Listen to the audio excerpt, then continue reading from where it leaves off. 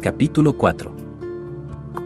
La Escritura da muchos más detalles sobre la segunda mitad del ministerio público de Jesús que sobre aquellos primeros meses, pero, sin embargo, un patrón de conflicto cada vez mayor es evidente en todo su ministerio. La mayoría del comienzo del ministerio de nuestro Señor tuvo lugar en Galilea, donde, al principio, estaba fuera del constante escrutinio del Sanedrín con base en Jerusalén. Los evangelios son parcos en los detalles que registran sobre aquellos meses. Sabemos que es cuando Jesús reunió a la mayoría de sus discípulos más cercanos, Mateo 4:18 a 22, Marcos 1:16 a 20. 3 de los evangelios registran que él echó fuera demonios, hizo incontables milagros, y ministró constantemente a grandes multitudes durante ese primer año, Mateo 4:23 a 24, Marcos 1:39 a 45, Lucas 5:15. Más allá de eso, el relato bíblico proporciona solo unos cuantos detalles. Pero a medida que Jesús obtuvo fama y seguidores, los líderes religiosos en algún punto al principio parecen haber tomado medidas para mantenerlo bajo vigilancia donde quiera que iba. De repente, cada vez que él aparecía en público, aun en los rincones más remotos de Galilea, siempre parecía que había fariseos presentes. Sus conflictos con escribas y fariseos pronto comenzaron a aumentar firmemente tanto en frecuencia como en intensidad. Un punto clave a observar es que, hasta ahí, los escribas y fariseos no habían hecho nada manifiesto para provocar ningún conflicto con Jesús. Él incitó ese primer choque con ellos en Jerusalén al expulsar a los cambistas del templo sin una sola palabra de advertencia o anuncio previo. La única relación personal que se registra entre Jesús y un individuo fariseo hasta este punto fue el diálogo con Nicodemo, quien acudió amigablemente, y Jesús lo reprendió. Durante muchos meses continuó este patrón. Cada conflicto abierto que Jesús tuvo con los fariseos fue instigado por él, incluyendo el primer conflicto importante galileo entre Jesús y los líderes judíos, caso en el que él públicamente puso en vergüenza a algunos fariseos basándose en su conocimiento de lo que ellos estaban pensando.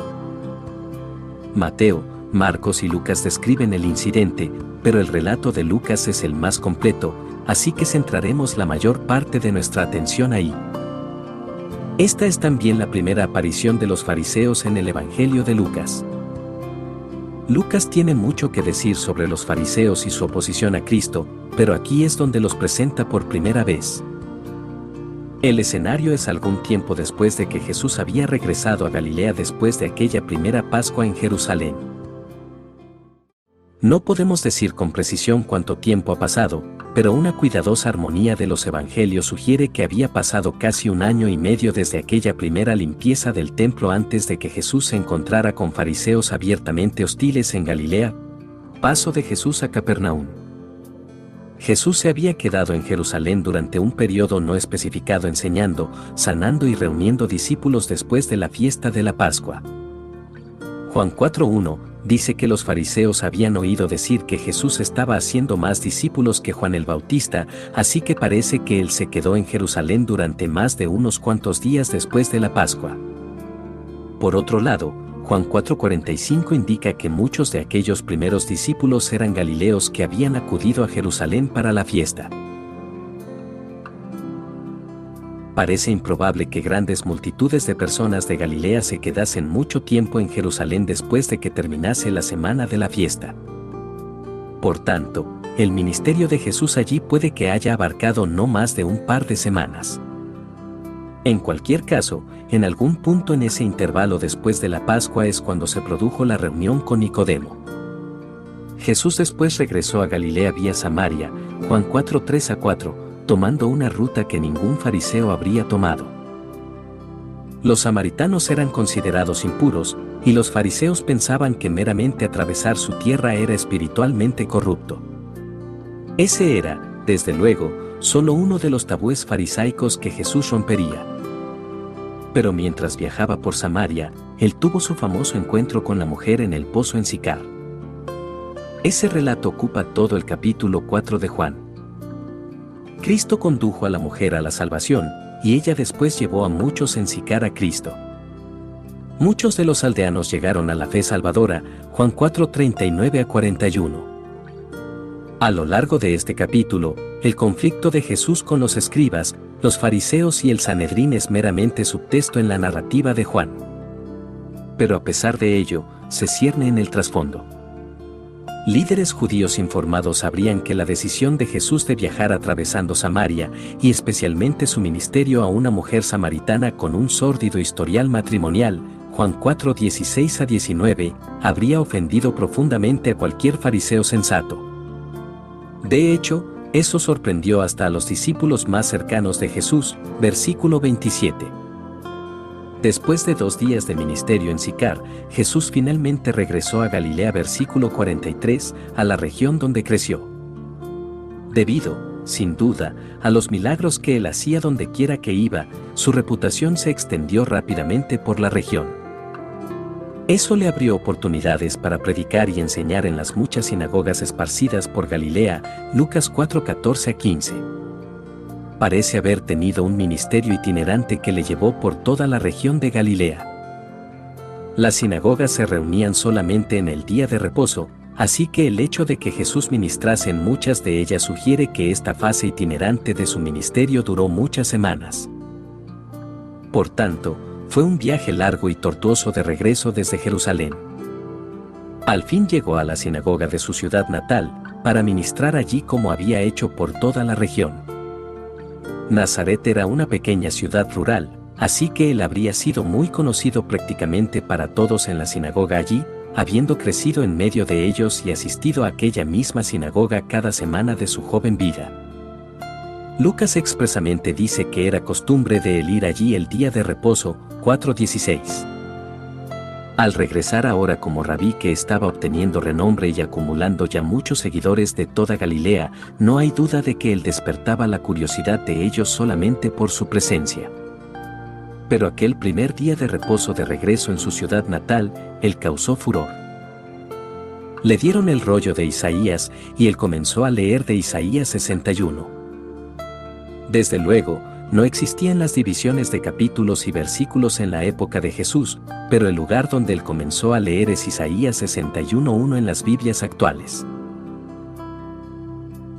Comenzó al principio de ese pasaje y, de repente, se detuvo en mitad de la frase antes de terminar el versículo 2, cerró el rollo, se sentó y declaró que esa profecía que él acababa de leer se había cumplido, versículo 21.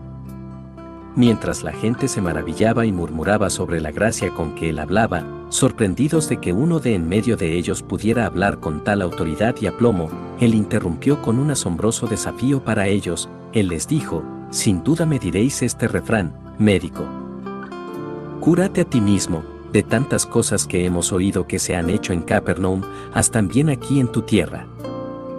Y añadió: de cierto os digo, que ningún profeta es acepto en su propia tierra. Y en verdad os digo que muchas viudas había en Israel en los días de Elías, cuando el cielo fue cerrado por 3 años y 6 meses, y hubo una gran hambre en toda la tierra, pero a ninguna de ellas fue enviado Elías, sino a una mujer viuda en Serepte de Sidón. Y muchos leprosos había en Israel en tiempo del profeta Eliseo, pero ninguno de ellos fue limpiado, sino Naamán el sirio, versículos 23-27. Notemos que él se retrató a sí mismo como un profeta comparable a Elías, un mensajero de Dios ni siquiera aceptado por su propio pueblo. Él puso al pueblo en el papel de incrédulos, como los desobedientes israelitas en tiempos de Elías que habían inclinado su rodilla ante Baal. Él habló de la soberanía de Dios al rodear a todo Israel para ministrar a una sola marginada gentil, y dio a entender con fuerza que ellos estaban en el mismo barco que los réprobos israelitas que fueron pasados por alto por el ministerio de Elías. El punto que él estaba estableciendo no quedó perdido en el pueblo de Nazaret. Habría estado claro para cualquiera familiarizado con el relato del Antiguo Testamento sobre Elías. Él estaba, en efecto, diciendo a una sinagoga llena de personas religiosas que ellos necesitaban ser salvos. Ser un israelita y descendencia física de Abraham no era garantía de la bendición divina. Sin fe, es imposible agradar a Dios, Hebreos 11:6, y Él muestra misericordia a quien muestra misericordia, Éxodo 33:19, Romanos 9:15. My dad works in B2B marketing. He came by my school for career day and said he was a big ROAS man. Then he told everyone how much he loved calculating his return on ad spend. My friends still laugh at me to this day. Not everyone gets B2B, but with LinkedIn, you'll be able to reach people who do. Get a $100 credit on your next ad campaign. Go to linkedin.com/results to claim your credit. That's linkedin.com/results. Terms and conditions apply. LinkedIn, the place to be, to be. Remember last year's amazing trip? That cute first birthday party? All those photos, all those memories can be freed from your phone with a Shutterfly photo book. Rediscover and share your favorite moments with those you love. You'll be amazed how easy it is to make a photo book with Shutterfly and enjoy it for years to come. Get 40% off orders over $29 with code POD40 at Shutterfly.com and make something that means something. Esas verdades estaban implícitas en la referencia que Jesús hace a los israelitas de la época de Elías. Dejó perplejas a las personas de su propia ciudad natal, porque claramente les puso en la misma categoría que a los apóstatas adoradores de Baal. El ánimo en Nazaret cambió al instante. Al oír estas cosas, todos en la sinagoga se llenaron de ira, Lucas 4:28. Lo expulsaron de la sinagoga, hasta las afueras de la ciudad, y hasta el borde mismo de un precipicio, por donde querían empujarlo. Este fue el primer intento importante y registrado de quitarle la vida, y provino precisamente de la comunidad donde él se había criado. Pero justamente antes de llegar al borde del precipicio de roca, Jesús milagrosamente eludió a la turba. Simplemente él pasó por en medio de ellos, y se fue, versículo 30. Ellos estaban evidentemente desconcertados, temporalmente cegados o sobrenaturalmente en un estado de confusión, y Jesús se fue de ellos sin lucha alguna y sin ningún perseguidor. De hecho, él se fue de Nazaret por completo. En el siguiente versículo, Lucas dice, descendió Jesús a Capernaum, ciudad de Galilea, y les enseñaba en los días de reposo, versículo 31. En otras palabras, él estableció su base en Capernaum, en la costa norte del mar de Galilea, a unas 30 millas de Nazaret. Mateo 4:13 dice, y dejando a Nazaret, vino y habitó en Capernaum. Después de esto, cuando leemos una referencia a su ciudad, Mateo 9:1, está hablando de Capernaum. Marcos 2:1 dice que cuando Jesús estaba en Capernaum, estaba en casa. La mayoría de los discípulos más cercanos de Jesús también llamaban casa a Capernaum. Fue allí donde Zebedeo, padre de Santiago y Juan, tuvo su primer negocio de pesca. Fue desde donde Pedro y Andrés fueron llamados. Era, si en algo, una aldea aún más insignificante y oscura que Nazaret, pero estaba perfectamente situada para aquel que se deleita en usar lo necio del mundo escogió Dios, para avergonzar a los sabios, y lo débil del mundo escogió Dios. Para avergonzar a lo fuerte, y lo vil del mundo y lo menospreciado escogió Dios, a fin de que nadie se jacte en su presencia. 1 Corintios 1:27-29. La reputación de Jesús crece. Pronto, multitudes de personas acudían a Capernaum para ver y oír a Jesús. Estaban sorprendidas por la autoridad con que él enseñaba, Lucas 4:32. Con esa misma autoridad, él expulsaba demonios, versículos 33-36, y sanaba a los enfermos, comenzando con la suegra de Pedro, versículos 38-42. Comenzaron a llegar multitudes desde toda la región para ser sanadas y liberadas, y él, poniendo las manos sobre cada uno de ellos, los sanaba. Versículo 40. Él tenía que apartarse a un lugar desierto a fin de alejarse de las demandas de las multitudes. Ellos le perseguían incluso hasta allí, y llegando a donde estaba, le detenían para que no se fuera de ellos. Pero él les dijo, es necesario que también a otras ciudades anuncie el Evangelio del reino de Dios, porque para esto he sido enviado. Versículos 42-43. Por tanto, con Capernaum como su base, él continuó el ministerio que había comenzado antes de aquel tumultuoso día de reposo en Nazaret, ministrando en sinagogas por toda Galilea. Multitudes continuaban siguiendo a Jesús donde quiera que iba. Eran tan grandes y tan aplastantes en las costas de Galilea que la única forma en que Jesús podía predicarles sin estar totalmente rodeado y tragado por un mar de humanidad era sentado en una barca dando su enseñanza alejado de la costa. Él limpiaba leprosos, sanaba todo tipo de enfermedades y enseñaba a las multitudes cada vez mayores. Ya que nunca hubo una enfermedad que él no pudiera curar ni una persona poseída a la que no pudiera liberar, las multitudes seguían creciendo y buscaban a Jesús más agresivamente que nunca. Mas él se apartaba a lugares desiertos y oraba, Lucas 5:16. Lo que Lucas describe es una campaña incansable y sin descanso de enseñanza y ministerio público diarios. Las multitudes seguían a Jesús constantemente, diariamente, desde el amanecer hasta el atardecer. En las regiones rurales de Galilea, aún unos cientos de personas constituirían una inmensa multitud, sin duda lo bastante grande para llenar una aldea del tamaño de Capernaum. Pero los tropeles de personas seguían creciendo hasta contarse por miles. Los 4 evangelios registran la alimentación de los 5,000, un número sorprendente, dada la población bastante dispersa de la región. Y más sorprendente aún, todos los evangelios indican que multitudes de esos tamaños se reunían sin descanso diariamente y seguían a Jesús incluso hasta el desierto, haciendo prácticamente imposible que él encontrase algún tipo de soledad. Recordaba el ministerio en el desierto de Juan el Bautista, Mateo 3:5, 4:25, a excepción de los milagros. Naturalmente, las noticias sobre el ministerio galileo de Jesús llegaron hasta Jerusalén y captaron la atención del Sanedrín.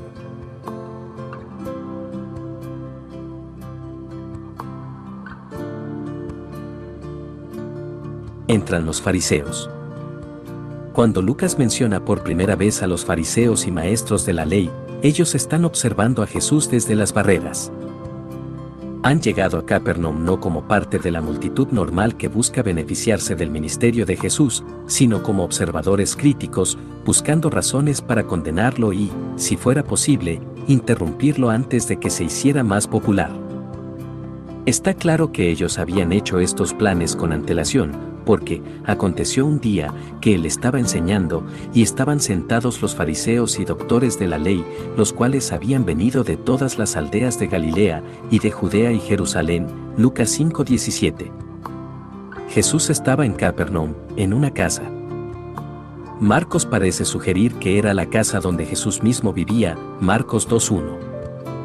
Como era usual, la presión de las multitudes era agobiante y Jesús estaba predicando desde dentro de la casa a tantas personas como pudieran reunirse a su alrededor al alcance del oído. Marcos describe la escena, e inmediatamente se juntaron muchos, de manera que ya no cabían ni aún a la puerta, y les predicaba la palabra, capítulo 2. Lucas añade, y el poder del Señor estaba con él para sanar, Lucas 5:17. Aquí hay un patrón que observaremos en casi todas las confrontaciones entre Jesús y los fariseos, de un modo u otro, la deidad de él está siempre en el núcleo del conflicto. Es como si él deliberadamente los provocase con afirmaciones, frases o actos a los que él sabe que ellos pondrán objeciones, y entonces él usa el conflicto resultante para demostrar que toda la autoridad que él afirmaba tener ciertamente le pertenece.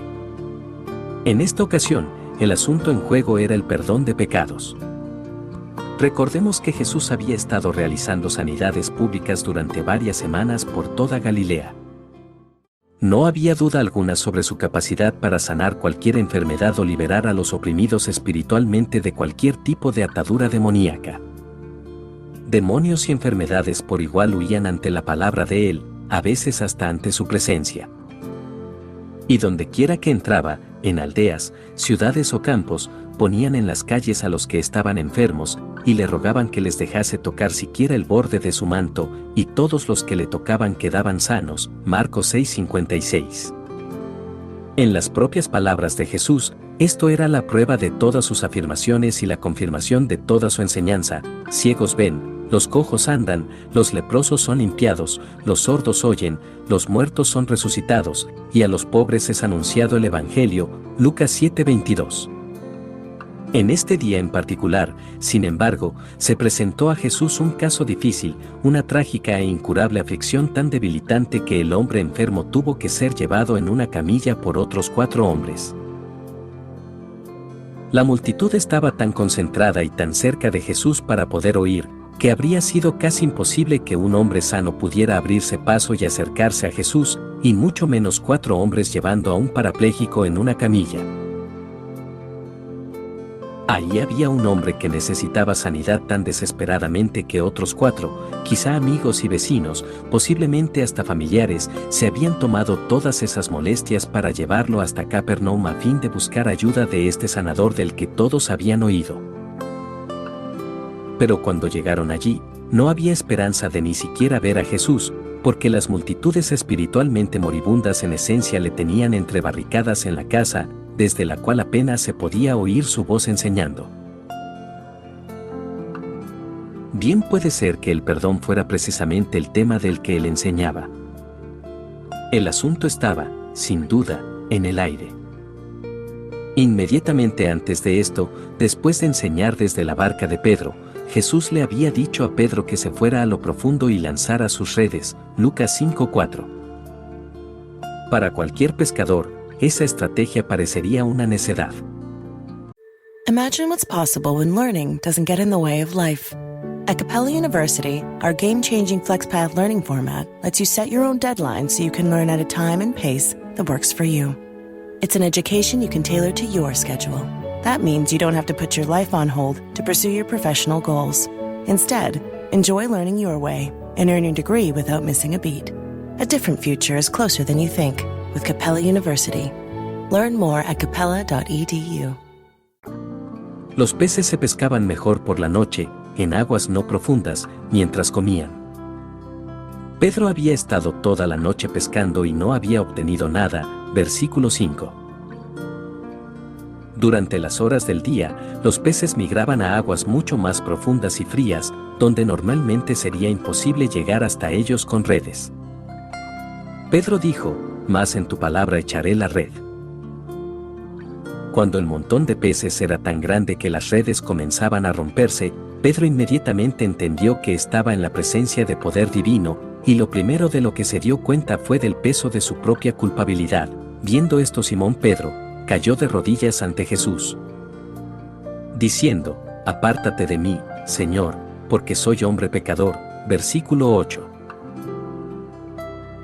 El perdón era también uno de los temas favoritos de Jesús sobre el que predicar. Fue uno de los temas clave en su Sermón del Monte. Fue uno de los enfoques del Padre Nuestro y el tema que desarrolló al final de esa oración, Mateo 6:14-15. Es el tema central que domina todo el capítulo 5 de Lucas. Si el perdón no era precisamente el tema del que Jesús estaba predicando, a pesar de eso estaba a punto de convertirse en el tema del día. Ahora imaginemos a los fariseos, sentados en algún lugar en la periferia, observando y escuchando para conseguir cosas que criticar, cuando esos 4 hombres que llevaban la camilla llegaron a la escena. ¿Quién puede perdonar pecados sino Dios? Si ellos querían ver a Jesús en acción, aquellos fariseos, sin duda, habían llegado el día correcto. Allí estaba un hombre desesperadamente paralizado a quien otros 4 hombres habían llevado desde cierta distancia y cuyo viaje desde otra aldea no podría haber sido un viaje fácil. Y cuando llegaron, debieron haber visto al instante que no tenían esperanza alguna de acercarse a Jesús mediante ningún método convencional. Aun si esperaban hasta que Jesús se fuera de la casa, las multitudes eran demasiado grandes y estaban demasiado electrizadas para hacer espacio y que 5 hombres entraran y llegaran hasta el centro de la vasta multitud que rodeaba a Jesús donde quiera que él iba. El hecho de que el hombre fuese llevado en una camilla en lugar de sentado en algún tipo de carro sugiere que probablemente fuese cuadripléjico, con todos sus miembros totalmente paralizados, quizá como resultado de alguna lesión en su cuello. Él era un clásico objeto de lección acerca de la condición caída del ser humano. Era incapaz de moverse, apoyado totalmente sobre la misericordia y la bondad de otras personas, completamente impotente para hacer ninguna cosa por sí mismo. Era una enfermedad que requeriría un verdadero y obvio milagro para poder sanar. No era como las enfermedades invisibles, dolor de espalda, migrañas y dolores de estómago, que con frecuencia vemos curadas por personas que afirman poseer dones de sanidad en la actualidad. Sus músculos estarían atrofiados y arrugados por la falta de uso. Si Jesús podía sanarle, sería obvio al instante para todos que un verdadero milagro había tenido lugar. La pura desesperación del hombre y de sus 4 amigos puede medirse por lo que hicieron cuando se dieron cuenta de que no serían capaces de acercarse a Jesús. Subieron al tejado. Para que 4 hombres ascendieran con una camilla, debió haber habido una escalera exterior que condujese a una terraza o pasaje. Aún con eso, sería un ascenso difícil. Pero aquella era, evidentemente, una casa grande, con un típico patio en la parte superior de estilo mediterráneo contiguo a una parte del tejado. Eso les proporcionó a los 4 hombres exactamente la oportunidad que necesitaban. Llevaron al hombre al piso superior y comenzaron a quitar las tejas de esa parte del tejado. ¿Qué entrada tan dramática fue? Sin duda, la multitud se sorprendió cuando el tejado comenzó a abrirse.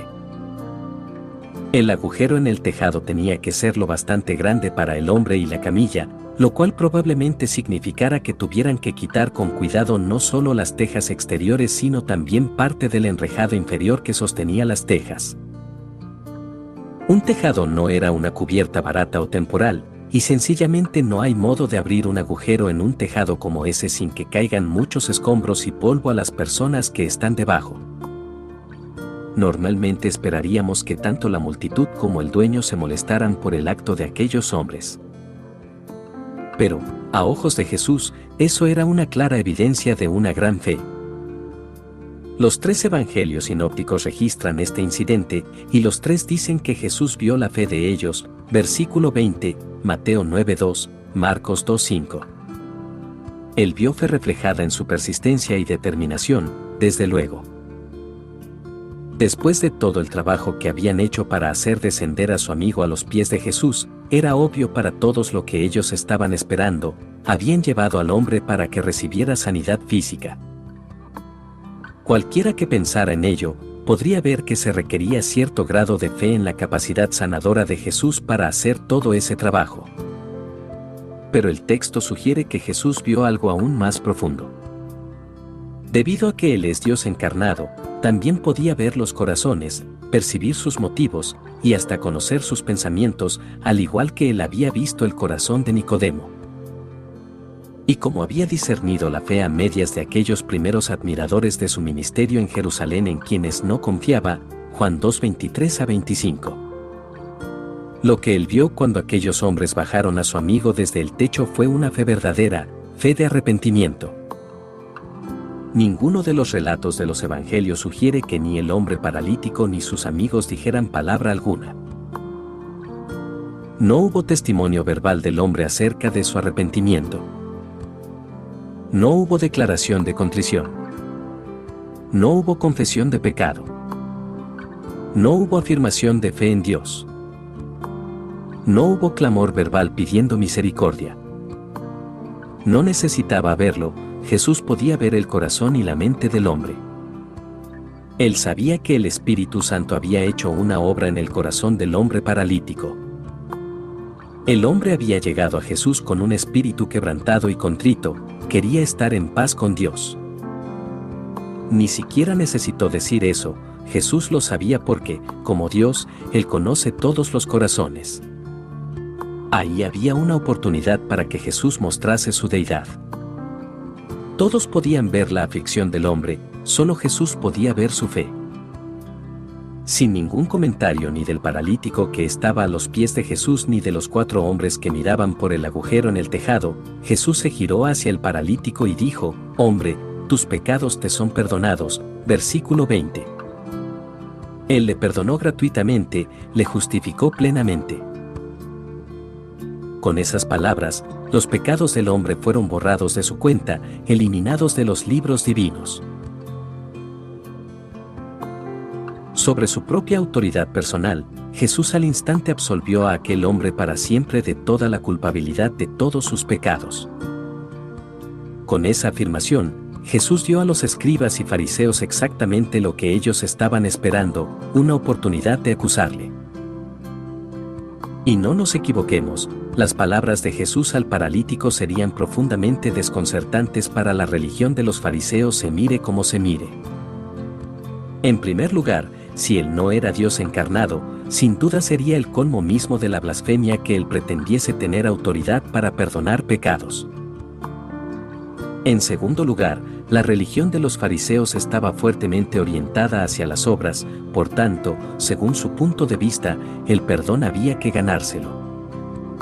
Era impensable para ellos que el perdón pudiera otorgarse inmediata e incondicionalmente solo por la fe. Según Mateo, algunos de los escribas que estaban allí reaccionaron enseguida, Mateo 9:3. Pero curiosamente, en esta ocasión no se levantaron y gritaron una protesta verbal.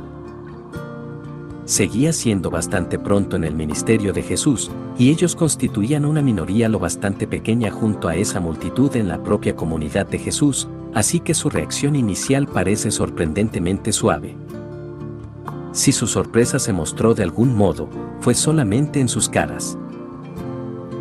Lucas dice que ellos comenzaron a cavilar, diciendo, ¿quién es este que habla blasfemias? ¿Quién puede perdonar pecados sino solo Dios? 5:21. Mateo deja claro que ellos dijeron estas cosas dentro de sí, 9:3. Marcos dice igualmente, estaban allí sentados algunos de los escribas, los cuales cavilaban en sus corazones, ¿por qué habla este así? Blasfemias dice. ¿Quién puede perdonar pecados, sino solo Dios? Marcos 2:6-7. En sus mentes, colectivamente todos ellos pensaban lo mismo. Esto es una blasfemia de la peor clase. ¿Quién sino Dios puede legítimamente perdonar pecados? La pregunta era meramente retórica, ellos no se preguntaban realmente cuál podría ser la respuesta. Sabían muy bien que nadie puede perdonar pecados excepto Dios. Su doctrina en ese punto era lo bastante sana. Nosotros podemos perdonar individualmente errores hechos contra nosotros en cuanto a lo que respecta a nuestras afirmaciones de justicia, pero no tenemos la autoridad de absolver a nadie de culpa delante del trono de Dios. Ningún hombre puede hacer eso. Ningún sacerdote puede hacer eso. Nadie puede hacer eso sino solamente Dios. Cualquiera que usurpe esa prerrogativa es, o bien Dios o bien un blasfemo. De hecho, para alguien que no sea Dios, eso sería, sin duda, el acto supremo de idolatría blasfema, ponerse a sí mismo en lugar de Dios. ¿Quién es este? Jesús se había puesto deliberadamente a sí mismo en el centro de un escenario que obligaría a todos los observadores a dar un veredicto sobre él. Eso es cierto no solo de las personas que fueron testigos presenciales en Capernaum aquel día, sino también de quienes simplemente lean este relato en la Escritura. Y la elección es clara. Hay solo dos posibles conclusiones a que podemos llegar con respecto a Cristo: Él es Dios encarnado, o es un blasfemo y un fraude. No hay terreno neutral, y esa es precisamente la situación a la cual Jesús apuntaba. Hay muchas personas en la actualidad que quieren tratar con condescendencia a Jesús diciendo que Él era una buena persona, un destacado líder religioso, un importante profeta, un profundo ético, un modelo de integridad, bondad y decencia, un gran hombre, pero solo un mero hombre y no Dios encarnado. Pero este episodio en su ministerio público es suficiente para borrar esa opción de la lista de posibilidades. Él, o es Dios o es el blasfemo supremo. Él borró a propósito cualquier alternativa media posible. Jesús no riñó a los fariseos por pensar que solo Dios puede perdonar el pecado. Ellos no estaban equivocados en eso. ni tampoco descartó él su preocupación como un mal entendimiento de cuál era su intención. Eso es lo que habría hecho si él fuese realmente un buen hombre sin reclamar tener ninguna autoridad especial para perdonar el pecado o justificar a los pecadores. Si ese fuera el caso, él debiera haber dicho de inmediato: un momento. Ustedes me han entendido mal.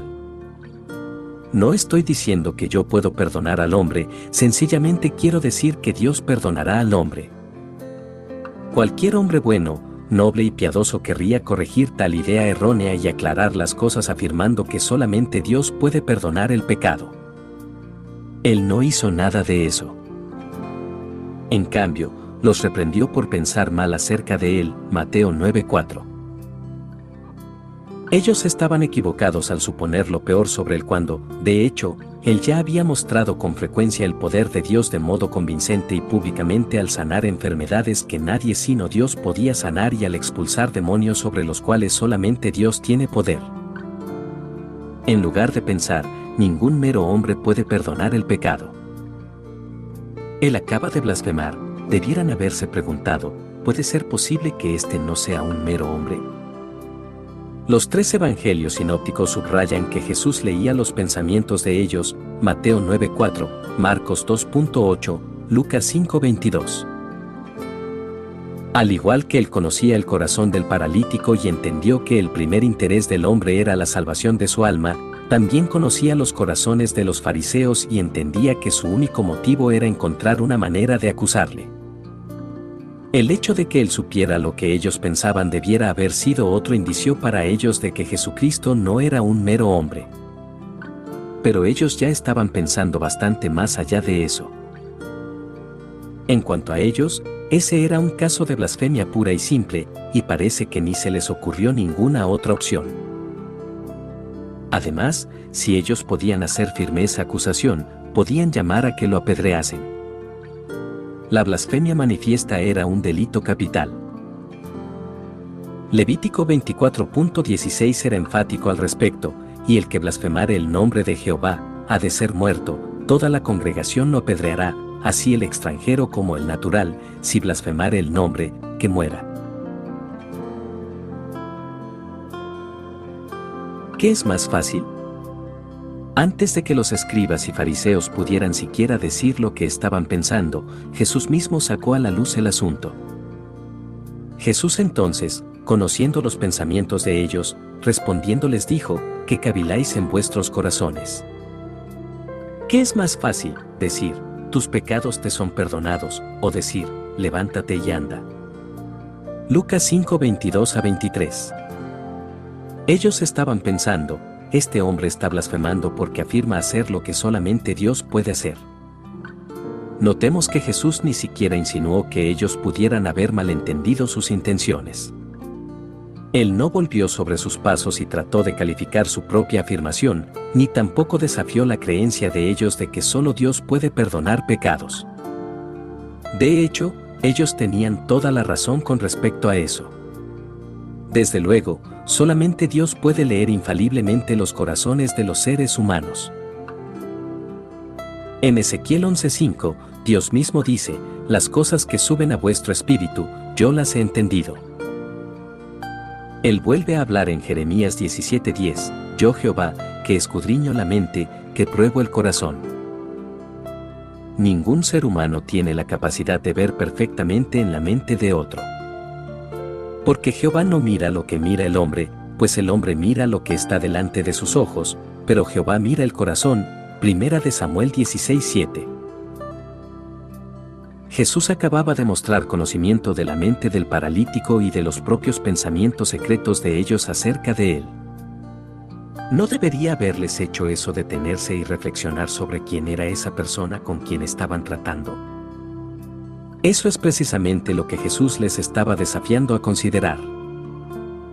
Él propuso una prueba sencilla, que es más fácil, decir, tus pecados te son perdonados, o decir, levántate y anda.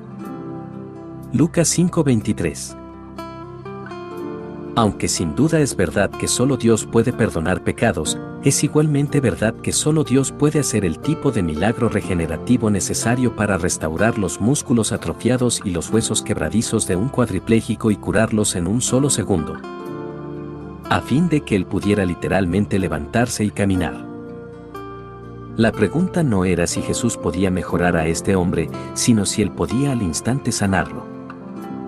Aún con los mejores métodos de la medicina moderna, si resulta que alguien recupera la capacidad de moverse tras sufrir una lesión catastrófica del tipo que causa parálisis grave, normalmente son necesarios meses de terapia para que la mente vuelva a descubrir cómo enviar señales precisas mediante el nervio dañado a los miembros discapacitados. Sin importar cuánto tiempo habría estado paralizado este hombre, podríamos esperar al menos que necesitase algún tiempo para aprender a caminar de nuevo. Pero las sanidades de Jesús siempre se saltaban esa terapia. Personas ciegas de nacimiento recibían no solo la vista sino también la capacidad instantánea de dar sentido a lo que veían, Juan 9:1-38, Marcos 8:24-25. Cuando Jesús sanaba a una persona sorda, inmediatamente también sanaba el impedimento del habla, sin requerir terapia alguna, Marcos 7:32-35. Siempre que él sanaba a personas cojas, les daba no solo tejido muscular regenerado sino también la fuerza y la destreza para tomar sus lechos y andar, Mateo 9:6, Marcos 2:12. Me resulta irónico que cuando los sanadores de la fe y los charlatanes carismáticos en la actualidad afirman sanar a personas, el paciente normalmente se cae inmóvil o con convulsiones incontrolables. Las sanidades de Jesús tenían exactamente el efecto contrario. Hasta un hombre enfermo y acostado durante 38 años pudo inmediatamente tomar su lecho e irse caminando, Juan 5:6-9. Eso era justamente lo que este hombre necesitaba, un acto de poder divino y creativo como solamente Dios puede hacer. Notemos con atención la forma en que Jesús expresó su pregunta, ¿qué es más fácil decir? Él estaba tocando su proceso de pensamiento. Ellos estaban indignados porque él le había otorgado perdón a ese hombre. Ellos nunca habían desafiado su derecho a sanar. Obviamente, tanto perdón como sanidad es imposible que algún mero hombre los haga. Ningún mero hombre tiene tampoco el poder de sanar a voluntad o de absolver el pecado a voluntad. La sanidad es realmente una metáfora perfecta del perdón a ese respecto. De hecho, las dos cosas son inseparables, porque la enfermedad es un resultado de la maldición producida sobre la creación a causa del pecado. La enfermedad es meramente un síntoma, el pecado es la causa definitiva. Eso no es sugerir que toda enfermedad sea la consecuencia inmediata de un pecado concreto, desde luego. En Juan 9:3 Jesús dice expresamente que hay otras razones para las enfermedades de este o aquel individuo. Pero la existencia de enfermedades en un universo que fue creado originalmente perfecto es finalmente, sin embargo, un resultado de la maldición del pecado. Por tanto, el poder para sanar toda enfermedad presupone el poder de perdonar cualquier pecado. Ambas cosas son humanamente imposibles. Pero Jesús podía hacer una de las dos o ambas con igual autoridad. Aún así, ¿qué es más fácil decir? Obviamente, es más fácil decirle a alguien que sus pecados son perdonados, porque nadie puede ver si realmente sucedió. El tipo de perdón que Jesús otorgó a este hombre es una transacción divina. Ocurre en la mente de Dios y en el tribunal del cielo. Es un decreto que solo Dios puede hacer, y no hay evidencia terrenal inmediata de ello. Es fácil decir, es humanamente imposible hacer. Por tanto, Jesús dice, en efecto, ustedes están cuestionando si yo puedo perdonar el pecado de este hombre, ¿verdad? Y creen que es muy fácil decir, tus pecados son perdonados. De hecho, piensan que es blasfemia el que yo lo diga, y que he traspasado una línea a la que ningún hombre debería acercarse jamás. El hecho de que Jesús conociera sus corazones tan perfectamente y, aún así, se negase a evitar el conflicto público que ellos buscaban es significativo. Él sabía muy bien que los fariseos se ofenderían si él declaraba perdonados los pecados de ese hombre y, sin embargo, no evitó hacerlo. De hecho, él lo hizo tan públicamente como fue posible. Sin duda, podría haber sanado la enfermedad de ese hombre sin provocar esa clase de conflicto abierto con los fariseos. También podría haber tratado en privado el asunto de la culpabilidad del hombre, en lugar de hacer tal afirmación donde todos pudieron oírla. Jesús seguramente era consciente de que muchas personas en una multitud de ese tamaño no podrían entender lo que él estaba haciendo o por qué lo hizo. Al menos, él podría haber tomado tiempo para hacer una pausa y explicar por qué tenía derecho a ejercer autoridad divina. Cualquiera de esas cosas al menos habría evitado la percepción de que él estaba deliberadamente inflamando a los fariseos. Esas son las cosas que un típico y solícito evangélico en estos tiempos posmodernos podría insistir en que no debieran hacerse. ¿No deberíamos evitar la controversia pública a toda costa, especialmente en circunstancias como estas, con tantos aldeanos presentes? El roce entre Jesús y la élite religiosa de Israel no es posible que pudiera ser edificante para los normales y corrientes pescadores y amas de casa de Capernaum, ¿no es cierto? Una persona sabia haría todo lo posible para evitar ofender a esos fariseos, ¿no? ¿Qué posible bien podría provenir de convertir la liberación de ese hombre en un teatro de controversia pública? Pero Jesús no tenía tales escrúpulos. El punto que él estaba estableciendo era muchísimo más importante que el modo en que los fariseos o el pueblo de Capernaum se sentían al respecto. Por tanto, para que sepáis que el Hijo del Hombre tiene potestad en la tierra para perdonar pecados, dijo al paralítico: a ti te digo, levántate, toma tu lecho, y vete a tu casa. Lucas 5:24. Ahora bien, no es nada fácil decir a alguien, levántate, toma tu lecho, y vete a tu casa. Porque si uno dice eso y la persona no lo hace enseguida, acaba de revelar que no tiene autoridad para hacer lo que está afirmando. Contrariamente a las sanidades falsas presentadas en la televisión religiosa por parte de importantes sanadores de la fe en la actualidad, los milagros de Jesús tenían que ver con enfermedades graves y visibles. Él sanaba a personas que habían sufrido espantosas enfermedades por mucho tiempo. Él sanó todo tipo de enfermedad imaginable, incluidas discapacidades congénitas y deformidades físicas. Él sanó a las personas cuando éstas acudieron a él, en sus ciudades natales y en sus calles públicas, no desde la seguridad de una plataforma rodeada de biombos y guardas de seguridad. Él hizo incontables sanidades, muchas más de las que se describen concretamente en la Escritura, Juan 21:25, sanando a todo aquel que acudía a él en busca de alivio de cualquier enfermedad, Mateo 4:24, 12:15, 19:2, Marcos 6:56, Lucas 6:18-19. Y él sanaba de cerca, en presencia de muchos testigos oculares cuyo testimonio no era posible poner en tela de juicio. Impostores, falsos sanadores, milagros en escenarios y sanidades falsificadas eran tan comunes en la época de Jesús como lo son en la actualidad. Por tanto, es significativo que nadie cuestionase nunca la realidad de los milagros de Jesús, incluyendo los fariseos. Ellos siempre le atacaban por otros motivos. Cuestionaban la fuente de su poder, le acusaban de sanar ilegítimamente en día de reposo. Sin duda, hubieran afirmado que él solamente usaba la prestidigitación si pudiera haberse establecido un caso creíble para esa acusación. Pero nada en el relato de los evangelios sugiere que los fariseos ni ninguna otra persona tratasen nunca de acusarle de falsedad. ¿Cómo podrían, dada la naturaleza y la abundancia de sus milagros? Ahora bien, toda su reputación giraba en torno a una imposibilidad.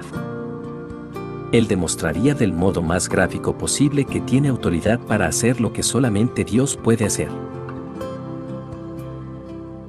Los críticos silenciados. El relato de Lucas es notable por su clara simplicidad. El estilo de redacción refleja lo asombroso de lo repentino del milagro.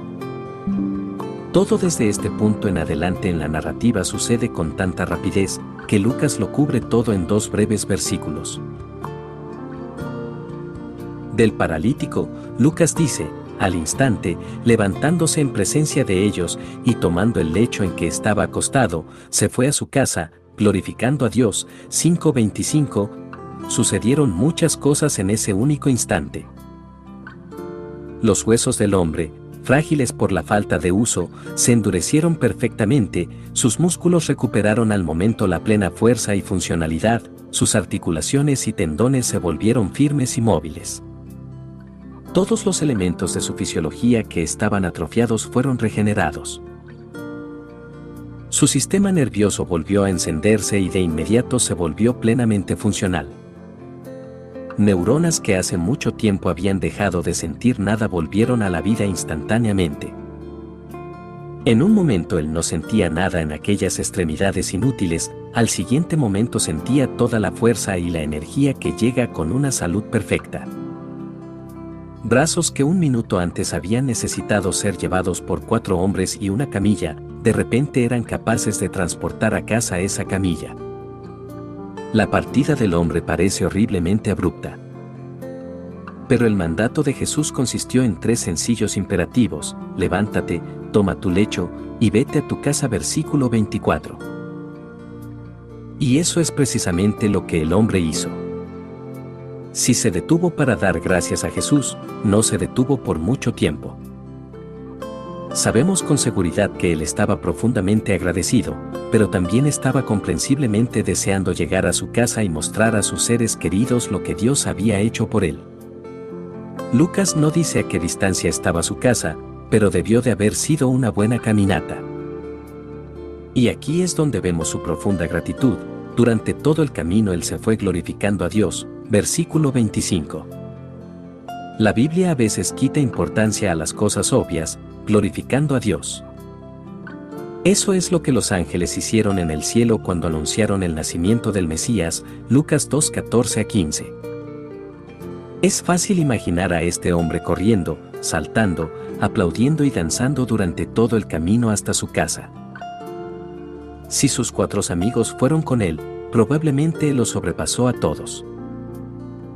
Ellos debieron de estar un poco fatigados de transportarlo hasta Capernaum. Él acababa de renacer, tenía un vigor nuevo, y fue liberado de toda carga que había soportado excepto aquella camilla ahora inútil. Glorificando a Dios también habría implicado bastante ruido, risas, gritos y cantar aleluyas. Me imagino que él apenas podría esperar a llegar a la puerta de su casa, abrirla con un grito de alegría, entrar con sus nuevos brazos totalmente abiertos y celebrar su nueva sanidad con su esposa, sus hijos o cualquier familiar que él tuviera en su casa. Pero la mejor parte no fue que él pudiera irse saltando a su casa, la mejor parte fue que él fue limpiado de su pecado. No sé qué era lo que se había atrevido a esperar cuando él y los 4 antiguos portadores partieron aquella mañana, pero estoy bastante seguro de que él no esperaba todo lo que obtuvo. Todos sus pecados fueron perdonados y había sido creado de nuevo. No es sorprendente que él glorificara a Dios. El milagro tuvo un efecto correspondiente en el pueblo de Capernaum. Y todos, sobrecogidos de asombro, glorificaban a Dios, y llenos de temor, decían: hoy hemos visto maravillas. Versículo 26. La expresión griega que Lucas utilizó significa sobrecogido de asombro. El nombre en esa frase es éxtasis, que desde luego, es la raíz de la palabra éxtasis. Literalmente habla de una sacudida mental, una potente ola de asombro y profundo deleite. En este caso, sin embargo, traducir la palabra como estático no captaría realmente la reacción de la gente tal como Lucas la describe. Fue más parecido a un anonadado asombro, mezclado con temor y maravilla. Al igual que el hombre anteriormente paralítico, ellos glorificaron a Dios. La alabanza de la multitud, sin embargo, tiene un carácter diferente a la adoración del hombre sanado. Él fue movido por una profunda gratitud personal y un corazón recién liberado de culpabilidad. Ellos simplemente estaban asombrados ante lo extraño de lo que habían visto. Sabemos por acontecimientos subsiguientes que la mayoría de la admiración de Capernaum por Jesús resultaría ser un voluble tipo de estima. Muchos en aquella multitud eran discípulos tibios y parásitos que rápidamente se alejaron cuando la enseñanza de Jesús se volvió más difícil. Pero más peculiar es el hecho de que Lucas no dice nada más sobre los fariseos. Con un tipo de sigilo que pronto se convertiría en un patrón, ellos sencillamente guardan un profundo silencio y se desvanecen de la historia. El hombre que fue sanado regresó por un camino, glorificando a Dios y regocijándose en su recién hallado manto de justicia. Los líderes religiosos de Israel se escabulleron en la dirección contraria, silenciosamente furiosos, resentidos de que Jesús hubiera declarado perdonado al paralítico, incapaces siquiera de regocijarse en la buena fortuna del hombre. Y silenciosamente maquinando su siguiente intento de desacreditar a Jesús. Sabemos que esa fue su respuesta porque, cuando vuelven a aparecer, estarán un poco más enojados, un poco más ejercitados, y mucho menos abiertos a considerar seriamente las afirmaciones de Jesús. Esta primera controversia galilea parece marcar el comienzo de un patrón de conflictos públicos cada vez más hostiles con Jesús, mediante el cual sus corazones estarían completamente endurecidos contra él. Esta ocasión también resumió con bastante justicia las razones espirituales del intenso odio de los fariseos por Jesús. Ellos no podían soportar la compasión que perdonó a un pecador en ese instante. La idea de que Jesús justificase instantánea y gratuitamente a un paralítico, alguien que, por definición, era incapaz de trabajar, contradecía todo lo que ellos defendían. El ejercicio de autoridad divina por parte de Jesús también les dolió.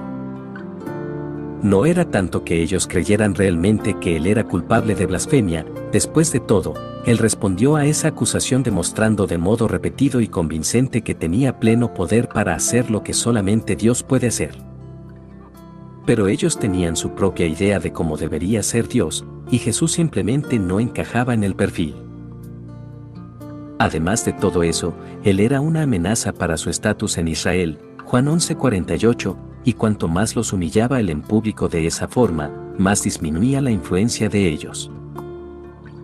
De aquí en adelante, esa realidad pendía como una crisis urgente en todos los pensamientos que ellos tenían sobre él. Después de este episodio, los fariseos críticos aparecen frecuentemente en todas las narrativas de los evangelios. Ellos enseguida comenzaron a seguir los pasos de Jesús donde quiera que él iba, aprovechando cada razón que podían encontrar para acusarle, oponiéndose a él en cada ocasión, y hasta recurriendo a mentiras y blasfemia en su desesperación por desacreditarlo. Claramente, ellos ya le habían desechado por completo. Si no le reconocieron cuando vieron un milagro dramático como la sanidad instantánea de este paralítico, nada penetraría en sus corazones endurecidos y farisaicos. Ellos ya habían avanzado mucho por el camino que los convertiría en los principales conspiradores en el asesinato de él. Jesús, desde luego, encarnaba todos los atributos de Dios: bondad, paciencia y misericordia por una parte, ira, justicia y juicio por otra. Todas esas cualidades son discernibles en alguna medida en el modo en que él trató con los fariseos durante el curso de su ministerio. Pero debido a que el evangelio estaba en juego y su propio señorío estaba siendo constantemente atacado por esos hombres que eran los líderes espirituales más influyentes en la nación, su bondad nunca eclipsó su severidad en ninguno de sus tratos con ellos. El curso de ellos estaba fijado, aparentemente algún tiempo antes de este primer encuentro galileo con él. Sus corazones ya estaban decididos a ser inflexibles ante la autoridad de él, inconscientes de su enseñanza, opuestos a su verdad, insensibles a su justicia e inmunes a sus reprensiones. Ellos esencialmente ya le habían desechado. Él pronto los desecharía también a ellos.